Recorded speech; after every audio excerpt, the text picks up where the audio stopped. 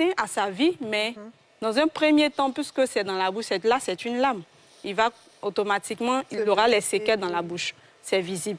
Mais il y a des cas de figure où tu ingères carrément le corps étranger et c'est après, tu es malade, on est obligé de faire des analyses, tout et tout pour se rendre compte de cela. Si, mais quand on va dans une boulangerie, qu'est-ce qui doit attirer notre attention au niveau de l'hygiène pour être sûr que c'est une... Parce qu'on a tellement de boulangeries qui poussent partout, on ne sait pas.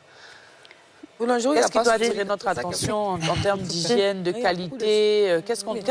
Qu'est-ce qui nous fait dire que ça, c'est une bonne boulangerie et pas une autre? Là, bon, d'accord. Là, on peut, dans un premier temps, à vue d'œil, peut-être, on va prendre peut-être la plateforme où elles vendent, l'accueil est propre. Mais l'intérieur, c'est autre chose. Voilà pourquoi, comme Mme Kadi disait en entame, est-ce qu'on sait ce qu'il y a dans nos assiettes?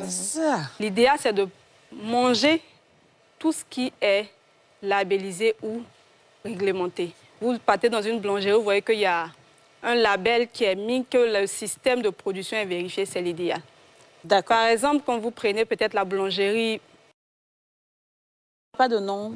OK. C'est des boulangeries ou des pâtisseries qui ont une certaine notoriété, qui maîtrisent plus ou moins l'activité. Une réalité. Mais nos boulangeries du quartier, vraiment, on se confie à Dieu.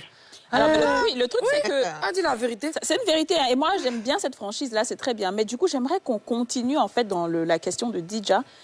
Quand on va porter plainte contre la boulangerie, est-ce qu'on a déjà eu des cas où, effectivement, les gens ont porté plainte, la boulangerie a reconnu? Parce qu'elle peut dire, ah, mais non, c'est faux, il n'y a pas de preuve qui dit qu'effectivement, c'est une lame qui t'a trouvé dedans. Peut-être que c'est toi-même qui as mis dedans pour nous créer des problèmes, tu vois.